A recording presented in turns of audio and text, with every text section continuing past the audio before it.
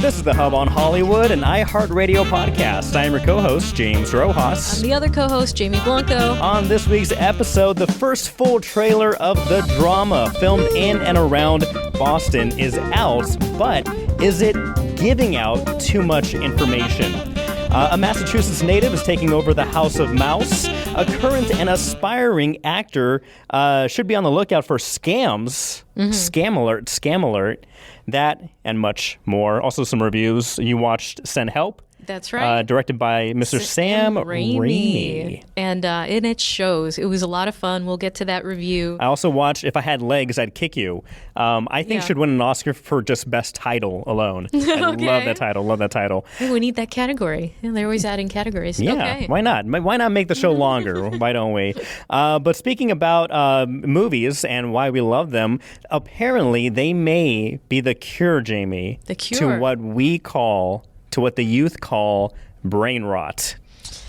I know all too well about brain rot, way too much. But what do you mean? So movies can cure brain rot? Yeah, what? Because one of the many reasons why I love movies is that when you go to a movie theater, you're there, you are locked in. You should be locked in. You should be focused. Your phone should be in your pocket and not, out and about, shining in other people's faces. You're locked in on a movie, on all its emotions and the wild ride it takes you. But we all know that today, social media, apps specifically, have a very good way of just keeping you on your phones, addicted, scrolling, and that also has led to a big decrease in productivity and attention span. So there's this Reddit user, Green Reporter 24, not me, I swear. Are you sure? But, no. But he posted on Our Movies, and he said the title was, "I deleted scrolling apps and started watching a movie a day, and it changed my life." Okay, wow. This is a PSA right now. We're going to be trying to save many people who are under the influence of brain rot. He said that, going through countless videos, scrolling up and down, he felt like his brain, it felt like a porridge in his noggin. In his noggin over porous here. Yeah, and so he decided to do like a 1-month challenge. Basically, delete all the social media apps on your phone, especially the ones that give you that dopamine hit when you scroll to the next one, and then just watch a movie every day. And he said not only did he see a positive impact on his mental well-being, but it also helped him reduce the constant need for content consumption, and it fulfilled when it comes to like just being entertained. Nowadays, you're just scrolling just for the heck of it, like a slot machine. Right. But there's a lot of science behind that too. Yeah. Right? You're burning out your dopamine receptors, and your brain is getting what it thinks that it needs, and it becomes like an addiction. You get that hit and that hit again, and especially with kids. Yes. I am learning they can actually acquire ADHD-like symptoms just from the scrolling and from the brain rot. And I know all too well about the brain rots, James. There's way too many of them. And so I've been really trying to reduce that in my household. Yeah, and movies not only do they sustain your attention, they teach you about life and the human condition. They are art, they are expression. You get to learn more about humanity and your fellow man. I think when you're just scrolling nonstop all day, there's just such a disconnect, an emotional disconnect. Yeah. No, I too, and I admit too, like, I have Instagram. I don't go on TikTok, but I do have Instagram, and obviously they have the scrolling feature. And like anybody else, you can easily turn 5 minutes into seemingly an hour, and you stop and you think about like, what am I doing with my life right now? and it makes me feel bad. And of course, there are countless personal stories of people like you mentioned, just finding that it just has a detrimental effect. And so watching a movie a day, maybe not a day, but every once in a while, giving your brain a chance to focus on one thing is good for your brain. And an article came out recently. I guess this professor, this like cinema movie, what's the official title for someone who teaches about cinema? A cinema professor? Professor of arts? Yeah, professor of arts. Sure, why not? And so he was saying that his cinema class, the students have a difficult time sitting through a movie. That's the class that they sign up for, presumably, and they're going into this field or what have you, and they are having trouble or they're struggling to watch a full movie in its entirety. That's insane. I think that's insane. If you're going to school and you sign up for a class to watch movies and to talk about it, dissect it, evaluate it, review it, and you can't watch it, that says something. And so that's not only can our kids not read, but apparently they can't watch a movie, which is asking too much apparently. We've got to think about the kids, James. We got to think about the kids. Yeah. So yeah, let us know what you think about this idea. Could you go a whole month deleting all your scrolling apps? And again, maybe not watch a movie a day because we all have things to do. I wish, but just being able to do that, lock in on one thing at a time. Yeah. Could you do it? Can you do it? Should you do it? And what would you watch? Too, if you were going to watch a movie a day, what would you start what would you start with? What would I start? What would I recommend people with? What would you take? Well, in the movie theater right now, or cinematically? Yeah. Well, I do know there are a couple movies coming out soon that I would definitely love to just sit down and devote all my attention to. And one of them is The Drama. The Drama, yes, The Drama is coming out. Unless you're looking for a real answer. Unless you're looking for a real answer. I was looking for a real answer. Not a transition. I was going to say that, pick a comedy series. I would go through all the Mel Brooks movies first or something like that. Yeah. But that also transitions us to this sort of psychological, horror comedy. The first trailer made it seem more kind of creepy and horror-ish, not horror-y. Maybe there is some horrorish behavior in here. Perhaps. But the second trailer, the full trailer, I guess, made it seem a little more whimsical and comical. At least that's the sense I got from it. But also, I think it just gave too much away. Yeah. So The Drama starring Robert Pattinson and Zendaya. How can you forget her? Hello. But for those who haven't seen the trailer or don't want to watch the trailer, it's basically about a happily engaged couple put to the test when an unexpected turn sends their wedding week off the rails. My goodness. Yeah. Some sort of secret is revealed just as they are about to walk down the aisle. Yeah. And it all spirals. And it seems to be in a fun way because Zendaya and Robert Pattinson's characters, they're at a dinner with another couple, another friend, and they're kind of talking about we usually before we got married we talk about the worst thing we did, and they're all kind of joking about the worst thing they did. I don't know, maybe just steal someone's parking spot or what have you.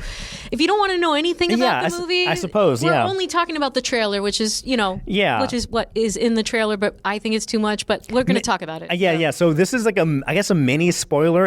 It doesn't reveal the big thing because we don't know. It doesn't reveal it in the trailer. What the secret is. But the teaser, when that first came out, I thought the way they framed it and edited the trailer, the teaser, I thought it shows Zendaya walking in on Robert Pattinson and he's on the computer and it's showing him looking at something weird and then that causes a friction. But then this trailer shows what actually causes, who is actually in the doghouse or is being judged for whatever they did. Right. Yeah. Right. And it's Zendaya's character. Right. Yeah. Exactly. So something she did makes everyone have this intensely visceral reaction, negative reaction, to the point that they're screaming. They end up at a psychologist's office or something over this. The Robert Pattinson's throwing up. It's something is just so disgusting or disturbing or horrible that she's done that is just sending everyone into a tizzy. Yeah, a tizzy.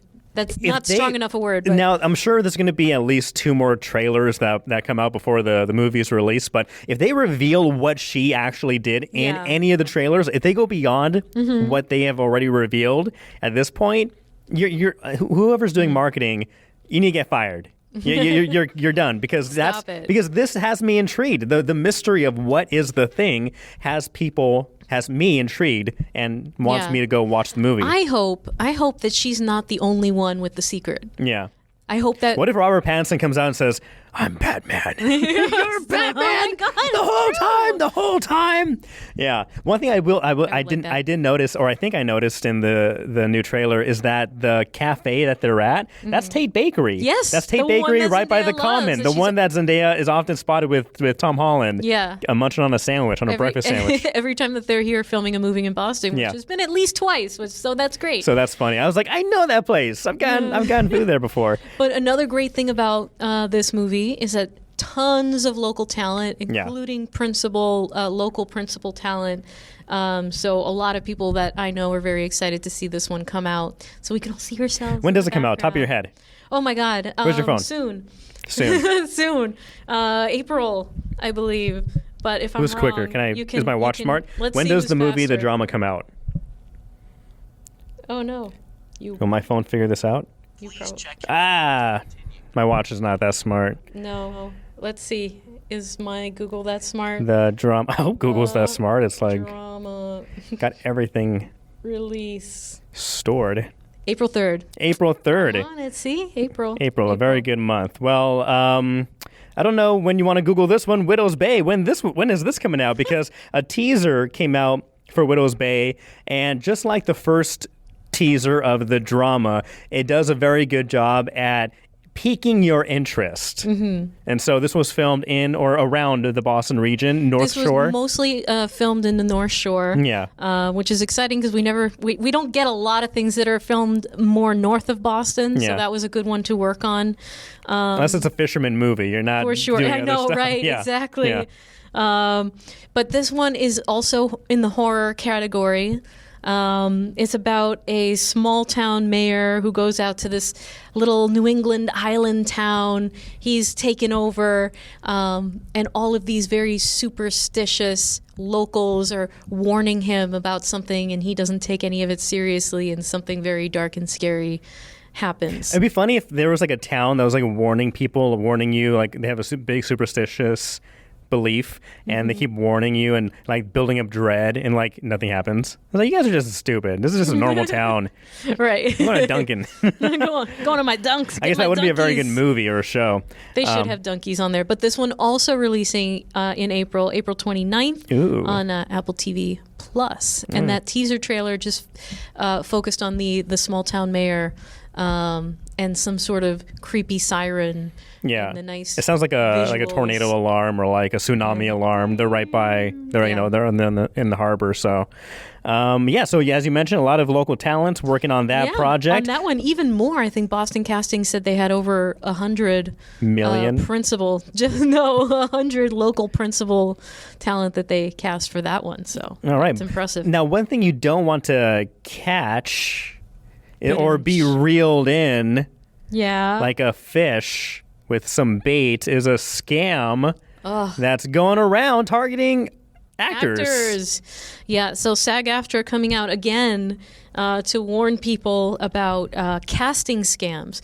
Because, look, we try to get you into the movies here on The Hub on Hollywood. We let you know when the legitimate casting efforts are happening through the legitimate casting agencies, when the big projects are in town. But there are these nefarious nay-doers out there, James. How dare they? How dare they do this? Nay. Always targeting, the scammers never stop, right? The scammer's going to scam. The scam watch never stops. But here on the Hub on Hollywood, we're going to try to keep you from getting scammed because no legitimate casting agency will ask you to pay money up front. Yeah. Okay. So it sounds like this. Yeah. So it sounds like this scam's been going around. SAG-AFTRA learned about it, so now they are now sounding off that siren that was in the Widow's Bay teaser. Yeah, sounding off that siren. But yes, watch out for people who ask you to send money. You should never pay for a job. Asking you to contribute to travel or any upfront costs, anything like that, on behalf of SAG-AFTRA. SAG-AFTRA will never ask a third party to pay a joining fee on your behalf or anything like that. And apparently, SAG-AFTRA, which is the acting union, has had a series of emails that have gone out impersonating union staff. So they say make sure to check where those emails are coming from. It should be from sagaftra.org. They're like, Sean Astin, just send me an email offering me a role. All I have to do is pay $100. Yeah, Sean Astin 5000 at Yahoo. At yahoo.hotmail.com. Right. He's so down to earth. You know the term getting catfished? Yes. We don't want to get cast-fished. That's Trademarked. That's a little hard to say. Trademark pending. Now say that 5 times fast. Cast-fished. Cast-fished. Cast-fished. Very good. No cast fishing over here. But yeah, good thing to be aware of. Also, one thing to be aware of is that speaking about the SAG-AFTRA, the Actors Awards coming up. So if you are a member, if you are a union member, part of SAG-AFTRA, by now you've already must have received your login code for not only to see the screenings of all the films and shows, but to also vote as well. That's right. So the deadline for voting is coming up. The Actors Awards are on March 1st. And there's a number of apps and things like that. If you put your PIN in, you can watch for free. There's also a couple of places where you can go. There was the Legacy Place Theater in Dedham. If you go there, you show your SAG card, you can watch any movie for free. Dedham? I barely know him. Exactly. Yeah. So take advantage of that too. I did. That's where I went to go see Send Help for free. So was that this Wednesday? Yeah. Yeah. It was. Got to pick up my daughter from daycare. Sorry. Oh, damn. Just bring her. I know. Bring her next time. That's quite the drive. But so take advantage of. I know, for you especially. It was awful. My goodness. Yeah, I live much closer, but that's still a drive for me. We will talk about those movies in a bit. What we also will continue talking about is the Massachusetts native, a Mr. Josh D'Amaro, named the new CEO of Disney. He is from Medfield. Medfield, Mass, dude. Oh, my goodness. So, born in Massachusetts. He is a Medfield native, went to Medfield High, played basketball, soccer in high school. I'm just going down his resume, apparently. Graduated from Georgetown University with a business administration degree. What a smarty pants. Yeah, he joined Disney in '98, holding roles in finance, strategy, operations, before leading Disneyland Resort and Walt Disney World. He is credited with pulling the resorts and the Disneylands through COVID. Okay. He is described as a risk taker and a go-getter. Oh. Whoa. Sorry. Go get her. Go get him. Okay, well, yeah, so apparently he's going to have some, according to this report, he will face industry headwinds, including AI integration, media streaming, and labor negotiations. I'm sure he's going to get paid $100 million, be there for 2 years, and then leave with a $50 million bonus with that golden parachute. With that golden parachute. Gotta love it for everybody there. But look, okay, so my question is, yes, it's one of ours. It's one of ours in the House of the Mouse. Yeah. At the top of the pinnacle of Disneyland there, Mr. Disney himself. Yeah. Is this going to positively impact any of us? No, not at all. Dang, James, wait, let me ask the question. I already knew what you were going to say.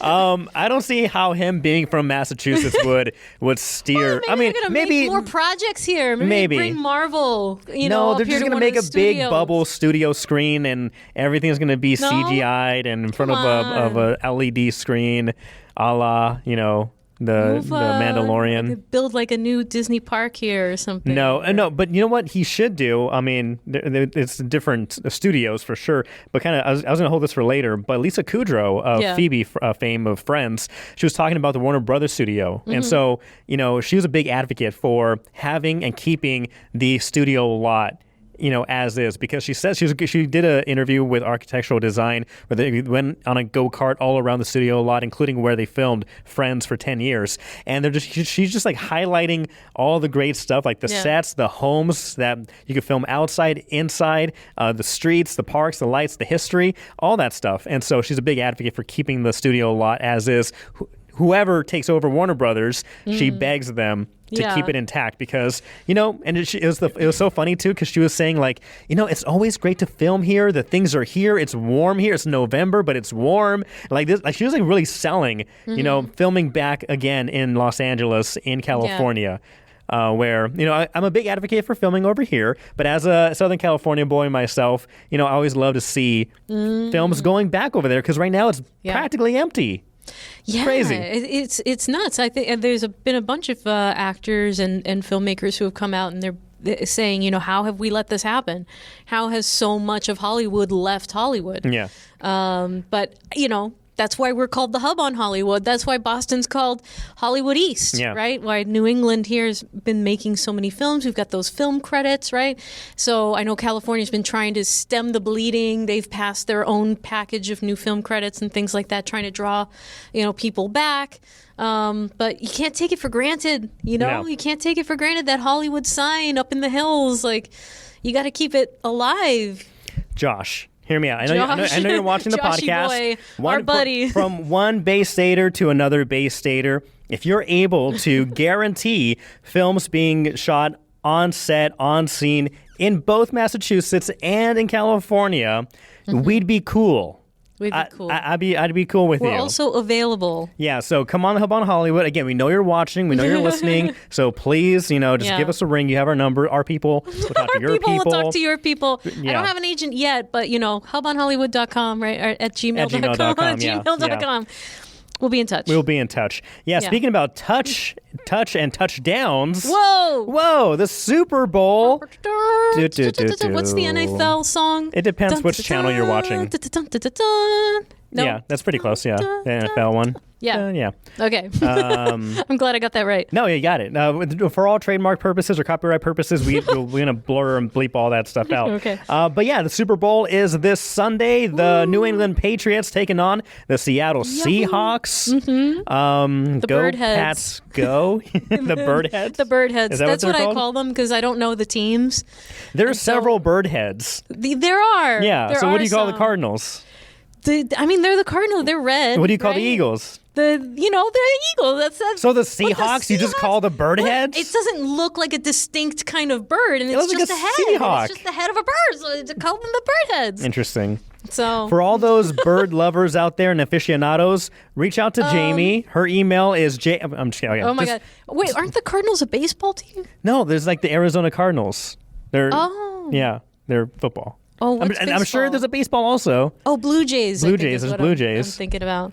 Anyways, I don't do sport. I don't. Go sports. Go sports. Go sports. Well, this is the rematch of the century. The Patriots considered to be the underdogs in this matchup. So we're looking at some movies that bring that big game energy. Heck yeah. Also maybe some underdog energy as well. So Jamie and I, we have compiled a list of our must-watch movies before or right after you watch the Super Bowl and Bad Bunny shake his thing on stage. Yeah. I don't know why I said it that way. Why did you say that? I don't know. But, I'm looking forward to that part too. Did you know there was a football game happening at the Bad Bunny concert? It's unbelievable. Unbelievable. But yes, so these are sports movies to get you riled up. By this point, by the time people are watching this, James, the Patriots have already won. Of course, right? of course. We're just gonna make that call right now. Yeah. Because it's gonna happen. 37-14. Oh, okay. I already bet like $100. Want to bet $100? No, I'm No? broke. I just spent all my money. Oh, goodness. Okay. But I can guess a score. Sure. How about 40? I don't know how the score works. Just say any numbers. Okay, 42 to 12. Impossible. No, I don't know football. No. Anyways. I'm sure that's going to happen. One of those two scores outcomes will be Yeah. occurring. Anyway, so here are our movies, our list of movies you should watch if you are in the mood for big game energy. All right. So, Jamie, do you want to kick us off? Yeah. Kick off. That's a football term. Oh my God. All right, look at us. Okay, there's a number here. I have to admit, I had this discussion with my husband. We did a powwow. Sure. Right? Or huddle. Yeah. Look at us. We watch oh football. My God, I know, right? Look at this chick. I've played a sport or two or one or two. I don't know. I guess I won't start with the number one on my list. I'm not with the either. number one No. on my list. Coach Carter was one that he was really passionate about. Is that with Samuel L. Jackson or is that with The Rock? Samuel? Do you even know? I'm giving you his list. Oh, this is his list. Yeah. My wife recommended Aaron Brockovich, and I said, this needs to be sports related. It's the Samuel L. Jackson one. Okay. Samuel L. Jackson. He's the high school basketball coach, Ken Carter, who famously suspended his undefeated but academically struggling team in 1999 for failing to meet his strict academic records. Is that a true story? Yeah, his strict academic standards. And then, not only did he get their academics up, but then he got them back into a winning season. All right. Or whatever. So, Coach Carter 2005, Samuel L. Jackson. that is on the list. Go Coach Kata. Another, I believe, 2005 movie as well, Cinderella Man, starring Russell Crowe, Renee Zellweger, and Paul Giamatti. Another true story. True story of James J. Braddock, a supposedly washed-up boxer who returns to the spotlight to win the heavyweight championship of the world. This is one of my dad's favorite movies. Like, it's a really good Russell Crowe movie. Like, he looks like a boxer with that build, and it's like the 20s. It's like during the Great Depression era. The ones who are not doing so great during the Great Depression era. Cinderella Man. Cinderella Man. Eminem also wrote a song called Cinderella Man. It's a good workout song also. So how does that one go? Cinderella Man, Cinderella Man, Cinderella Man, Cinderella Man. Yeah. There we go. That's basically how it goes. Just 4 minutes. Eminem right just 4 minutes of that. Okay. Yeah. Next on my list is The Mighty Ducks. Of course. It's and it's a cute, family friendly movie. 1992 is when the first one came out. As you know, it's about Gordon Bombay, played by Emilio Estevez, who is sentenced to community service and has to coach this misfit peewee hockey team. And he brings them back, and helps them win the championship. It's a pretty awful movie when you go back and you rewatch it, as far as like how adults treat children and what the heck is going on. And also, they don't really follow the rules of hockey very well. Like the whole flying V thing is just offsides. It's just like you just can't do that. But it's inspirational and it's fun. Is there anything like that pumped you up more as a kid than like getting together with your friends and Kenan going, Thompson? Quack, Yeah. quack, quack, quack, quack, quack, quack, quack. Yeah. Exactly. So that one. That's a good one. As a kid. Well, speaking of 90s and following or not following the rules, Air Bud. Aww. But I decided to go with Air Bud, which also, 97 movie, but Air Bud Golden Receiver. Just because of the football connection. Was this one of those straight to VHS ones? I believe the second one, I think the first one may have been like a straight to Disney TV movie, I think. I don't remember watching that in the movie theaters, but I think that was a TV movie for Disney or something. But I love the storyline. The tagline for the movie is, story of a golden retriever who can play football. That's all you need to know about the movie. That's the synopsis, beginning and end. What got you about that movie? It's a dog. Oh, yeah. It's just a dog. It's a dog. It's a cool dog. The funny thing is, so I started watching clips of Air Bud, the original one, with when he's playing basketball. And like two things stood out. In the 90s, you can make movies about, like, it's so crazy, movies and how they made things back then. In one scene, there's a bad coach who's like really upset and angry at like the nerdy basketball player who just can't catch the basketball. So like there's a scene where like Lassie, Air Bud leads a group of parents and his kid owner like to a gymnasium, and they go to the gymnasium, and in the gym all the lights are off except for like two spotlights shining down, and it's this nerdy, like sweaty, crying nerdy kid who's getting pelted by basketballs by the coach, who's like you're gonna learn how to catch a ball today, and he's like chucking, and this kid's getting pelted by this basketball. And then finally, like the principal or somebody walks in, she goes, "Coach, I don't know, Jebediah, what's going on in here?" And like, "You've been benched," or whatever she says. It's like, dang, like it shows like full on like child abuse in like a 90s like kids movie. But also the funny scene is that, when they at the very end of the movie, they're like, "We're subbing in Air Bud, we're subbing in this player," and he's wearing his jersey and his 4 sneakers on his paws, and the people are like, "This is a dog, this is absurd." And then they're like, this older guy, old wise guy comes in and says, "There's no rule about dogs playing basketball." And then the referee opens a rule book. He's like, "He's right, there is no rule about dogs playing basketball." All right. Okay, let him in. I guess we're doing this. Oh my God. I'm in the 90s. I miss that so much. Like that, it's just innocent and fun, and it doesn't need to make sense. Yeah, it's so contrary. Like it has like the really abusive, like child abuse like scene where the kid's getting pelted with basketballs, to like, there's no rule in the playbook that a dog can't play basketball. Well, you miss that mix of horror and levity in a movie. I do. Yeah, I do. Okay. There's some things that we miss about the 90s, and other things that we don't. Absolutely. But anyways, number one on my list though is Miracle. Okay. Do you know Miracle? Yeah, the based off the Olympics, USA team. The Miracle on Ice, 1980s hockey Olympics, or the Olympics hockey. The team that Team USA put together. No NHL players, right? They were all college. They were all college kids. They were up against Russia. Russia was undefeated, right? And they had just destroyed them just a few days before this game. And they somehow came together as a team and pulled the upset of the century and everything that goes into it. My husband said, and quote, about Miracle, I could run through a brick wall watching that movie. Effing awesome.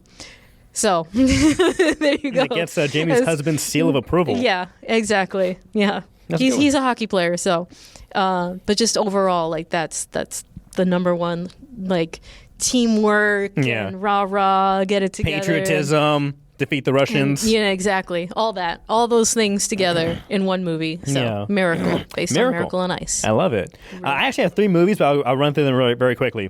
Little Giants, starring Rick Moranis and Ed O'Neill. That was another great one. Yeah, misfits form their own opposing team to an elite Pee Wee football team coached by the elite team's coach's brother. That's the one thing I didn't like about that movie is that they are like the Little Giants, so of course the Giants, and the opposing team was the Cowboys. I'm a Dallas Cowboys fan, so I was like, oh, you're rooting for the nerdy Giants kids, but they beat the Cowboys. Yeah, still hurt by that. And Bring It On. Starring Kirsten Dunst, Eliza Dushku, Jesse Bradford, and Gabrielle Union, champion high school cheerleading squad discovers its previous captain stole all of their best routines from an inner-city school and must scramble to compete at this year's championship. Yeah. Very good ending, very good movie. And lastly, this was my first thought when I thought about this list, Dodgeball. A true underdog story starring Ben Stiller, Kristen Taylor, Vince Vaughn, Justin Long, Stephen Root, Alan Tudyk, Jason Bateman. This has everybody. Everyone. Yeah, so Dodgeball. If you can dodge a wrench, you can dodge a ball. What was the 5 Ds? Duck, dive, dip, duck, and dodge. Very good. All right. All right. So what are your favorite, big game energy underdog movies? What are you watching to get yourself pumped? Yeah, before the game. Right. Before the Pats demolish the bird. What do you call them? The bird heads? Yeah. The bird heads. They don't deserve a name. They're just the bird heads. Exactly. Also, I'm curious, who is your favorite Super Bowl halftime performer? Mine, Prince. Really? Prince killed. It was in I believe the game was in Miami in Miami, Florida. Not Vancouver, and it was pouring rain. And right before they go out, they tell Prince. And there's a whole documentary or a show, a video about this. But they go like, Prince, it's pouring rain right now, and the only thing Prince said is, can you make it rain harder? And he walks out and rocks it. Just like solo. It's so hardcore. That's my favorite halftime show. I really liked The Weeknd. I liked Shakira and J-Lo. You know what was good? Bruno Mars. And then he came back again for the Shakira, J-Lo, Bruno Mars. That was a really, really good one. Yeah. Was that Bruno Mars and Beyonce? I think so. Oh my God. Yeah, Bruno Mars and anything. It's fantastic. So there have been a lot of good ones, and I can't wait. I can't wait for Bad Bunny. Bad Bunny. I'm not a big I've never actively listened or sought out Bad Bunny. What's your favorite song? What's the song you're waiting for? The song that I'm waiting for? I don't know. I'm just waiting to see him. I don't know. But he's got a little bit of everything. What's great about Bad Bunny is like all of his songs are different genres of music. It's not like just one thing. It's not like reggaeton. It's like he's got techno, reggaeton, salsa. Like he's got so many different kinds of genres of music that he does. And they're all so heartfelt. But Titi me pregunto si tengo mucha novia. Tengo mucha novia. Hoy tengo a una, mañana otra. I guess I'm waiting for that one. Okay. So you got that song out of us. You got Cinderella Man out of me. Saludos a mi Titi. Voy a tirar un selfie. Say cheese. We're going to get a copyright again. No, God. Okay, so let's wrap this up with what we're watching. We both watched movies. I don't think yours is nominated for anything, as far as I know. It should be, though. Yeah. But why don't we do yours first? Why don't we do yours first? Because it sounds cooler. Okay. Oh, my goodness. The title sounds cooler. So I watched If I Had Legs. I'm not typing in Air Bud if I had legs. If Air Bud had legs, that would be a totally unfair. I would understand the controversy of a dog playing basketball. If I had legs, I'd kick you. So so this came out a little while ago. This stars Rose Byrne and Conan O'Brien. It's about a now this is described as a drama comedy. There's like one funny small sequence in the movie, but other than that, this movie is like anxiety inducing. It feels so claustrophobic. I'll describe what it's about. So while trying to manage her own life and career, a woman on the verge of a breakdown must cope with her daughter's illness, an absent husband, a missing person, and an unusual relationship with her therapist. Man, I didn't know what I was thinking going in, because I like going into movies, without knowing too much about it if I can. And I know Rose Byrne is nominated for an Oscar. I believe If I Had Legs, I'd Kick You.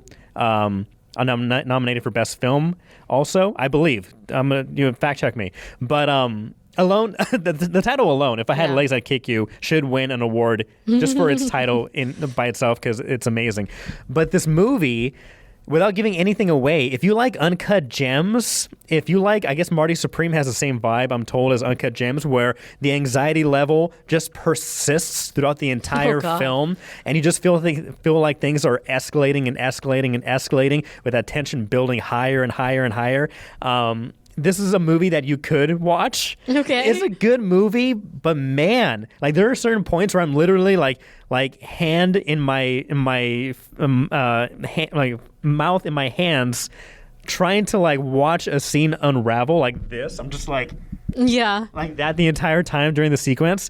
Man, I was so happy when the movie ended, because I felt like I could breathe. Yeah. Again, I'm making this sound like a horrible movie. It's a really good movie, and Rose Byrne, it made you feel something real. Yeah, Rose Byrne deserves to be nominated for her amazing acting performance in this film, for sure. And Conan O'Brien, and does a very good job as well. Surprisingly, he doesn't do any real funny stuff, but he does his job, the role of his character, well. But man, I'm getting anxious right now thinking about it. But if you like Uncut Gems, if you like Marty Supreme, if you like a movie that keeps your attention and keeps that tension on, cranked to 11 throughout the entire thing, watch it. I don't know if I My could wife do said it. the same thing. My wife's like, I don't think I could ever watch this movie. Yeah, I don't think you should.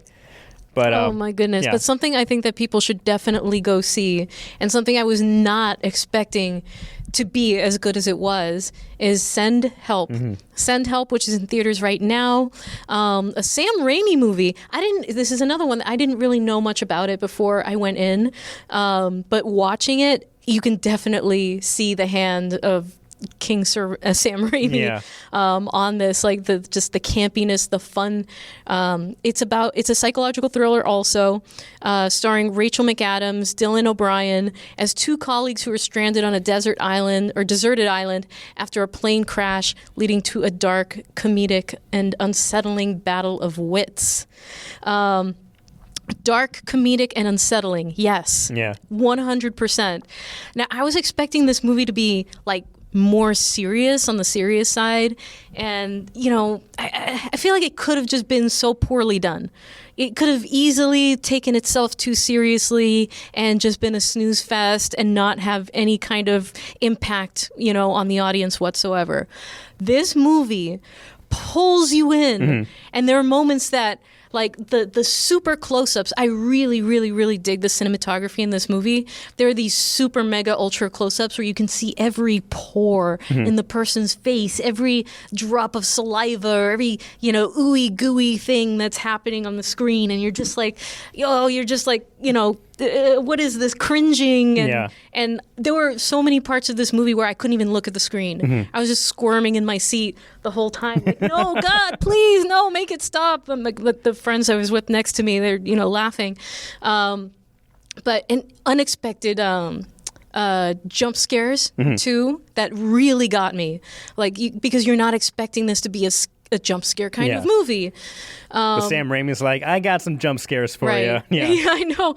But I think the most unrealistic part of this movie is that they tried to make Rachel McAdams unattractive. Impossible. In the beginning, and she is such a beautiful woman, but she does an amazing job of being this very mousy, awkward sort of person who is very meek and stepped on and doesn't know how to people very well. Yeah. And Dylan O'Brien is this asshole boss. Sorry, he's the very jerky, and he's so slimy and small, and you just love to hate him. And they did a really good job with that too. And just the two of them stuck on the island together and their interactions, there's always like a certain kind of weird tension between them because you know how much he hates her and she's like creepy towards him. And there are all these things that end up happening that you're just reacting that give a visceral reaction out of the audience all throughout the movie. And it was just super fun, especially the ending. The makeup and the gore that kind of plays a role in this too is so satisfying. It looks so good on screen. I'm like looking forward to it. I mean, I watched the trailer when you said it because I forgot I had heard about it. And I knew Dylan O'Brien, right? And Rachel McAdams, that they're both in this movie. But again, it fell off my radar. I watched the trailer again, and as soon as I saw it directed by Sam Raimi, and then I'm watching everything play out in the trailer, I'm like, I need to watch this movie ASAP. Gosh. Absolutely. I think that everybody should run and go see this. I think it's being slept on for sure. But it was really, really fun. Unexpectedly super fun to watch. And that's Sam Raimi's fingerprints, all over it. His just beautiful style, his certain style that just drags you in and you can't help but have fun at the theater with this one. So if you haven't already, send help. Well, I'm going to be sending my money to AMC and checking it out. You mentioned the close-up shots. The If I Had Legs, I'd Kick You also has a lot, when I mentioned the claustrophobicness of it, there's so many close-up shots of like Rose Byrne's face, especially when you first open the movie, you're on her face. And she did an interview with, I think, Seth Meyers, and she was saying that, they talk about the lighting and the setup and, the getting ready to action and all that stuff, and then the director just keeps pushing in the camera closer to the point where they filmed on film. They shot on film, and so she says we got so close I could hear the film moving in the machine. And I go, oh, so we're gonna be this close? She goes, yeah. I was like, okay, just make sure, because it's uncomfortable for everybody. Intense. Okay, so I'm a stand-in, James, and I've been on a number of productions. So this last production that I was on, there were a couple of super close-up scenes, and that is very, very intense. Because the camera's not just like here, like it is a centimeter away from touching your nose, and you have to stand there and deliver lines, or you have to do this scene where you can't even see who you're talking to because it is just a lens right in your face, a centimeter away from your nose, and you can't move too much because then you're going to smudge the friggin' your makeup's on the lens. Your makeup's on the lens, and but very intense. You don't really realize what actors go through sometimes to get these crazy shots. But in Send Help, it felt like, forget 4K, forget 5K, it was like 10K. It was just every pore, every like, it was incredible. And unsettling, the amount of detail. Like, as an actor, you'd be very insecure, I feel like. If you love unsettling details, watch Send Help and watch If I Had Legs, I'd Kick You.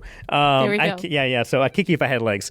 Let us know what you've watched recently. The one I had described sounds horrifying, but it was a very great movie in performance. Did she have legs? She did have legs. Then what the heck? Yeah. What the heck? Rose Byrne in your legs. Thank you so much for watching us. You're on the Hub on Hollywood. You're on the Hub on Hollywood. Be sure to follow and like us. We're everywhere. We're on Instagram. We're on Facebook. We're on TikTok. At Hub on Hollywood. You can also follow us on social media. My tank is already on empty right now. We gave it all. We gave our all in that performance. Exactly. Right there. talking about these movies. We're on YouTube. We are on YouTube. We are on Facebook. We are on Instagram. I think I just mentioned all those. We're on all of those. Exactly. Like and subscribe. You can also listen to us anywhere you get your podcasts. So Apple Podcasts, Spotify, and iHeartRadio. Yeah. And Disney guy, give us a call. Disney guy, give us a call. And put your score, your prediction for the Super Bowl.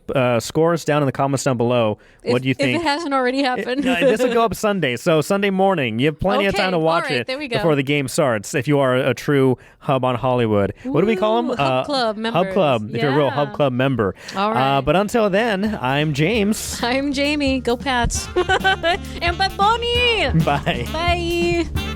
Adios. Cinderella man, Cinderella man, Cinderella man, Cinderella man. You're Eminem? Yeah. Okay.